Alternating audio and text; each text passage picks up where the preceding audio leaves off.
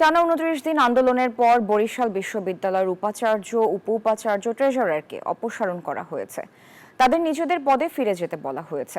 একই সঙ্গে রাজশাহী বিশ্ববিদ্যালয়ের অধ্যাপক মোহাম্মদ তৌফিক আলমকে বরিশাল বিশ্ববিদ্যালয়ের অন্তর্বর্তী উপাচার্যের দায়িত্ব দেওয়া হয়েছে। মঙ্গলবার আলাদা প্রজ্ঞাপনে এসব সিদ্ধান্ত জানায় শিক্ষা মন্ত্রণালয়। সাইফুর রহমান মিরনের তথ্যচিত্রে ডেস্ক রিপোর্ট। নানা অনিয়মের অভিযোগ ও ইউজিসির তদন্ত প্রতিবেদন এবং শিক্ষার্থীদের আন্দোলনের প্রেক্ষিতে বরিশাল বিশ্ববিদ্যালয়ের উপাচার্য অধ্যাপক ডক্টর সুচিতা শর্মিনকে অব্যাহতি দেওয়া হয়েছে। সেই সঙ্গে প্রভিসি ও কোষাধ্যক্ষকেও অপসারণ করা হয়। বরিশাল বিশ্ববিদ্যালয়ের নতুন ভিসি হিসেবে নিয়োগ পেয়েছেন রাজশাহী বিশ্ববিদ্যালয়ের ফলিত রসায়ন ও কেমিকৌশল বিভাগের অধ্যাপক ডক্টর মোহাম্মদ তৌফিক আলম।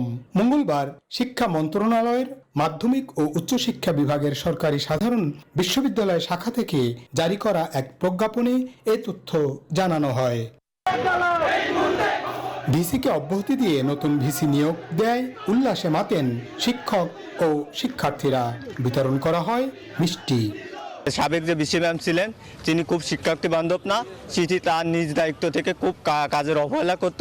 আমাদের স্বৈরাচার ভিসিকে অপসারণ করছেন, এই জন্য আমরা শিক্ষার্থীরা খুশি, আমরা ববিয়ানরা খুশি।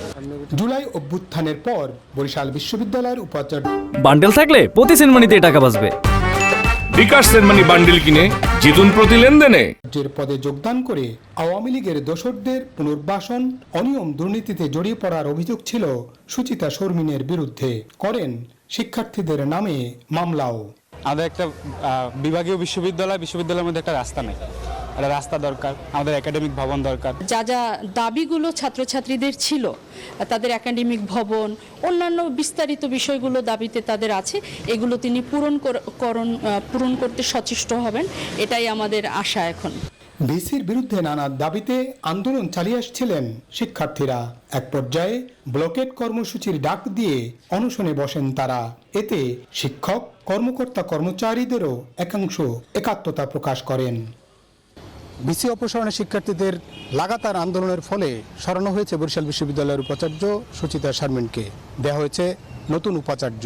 আশা করা হচ্ছে এখন আবার প্রাণচঞ্চল ফিরে পাবে বরিশাল বিশ্ববিদ্যালয়, পাঠদানে মুখরিত হবে বিশ্ববিদ্যালয়ের ক্যাম্পাস, এমনটাই মনে করছেন শিক্ষার্থী শিক্ষকরা।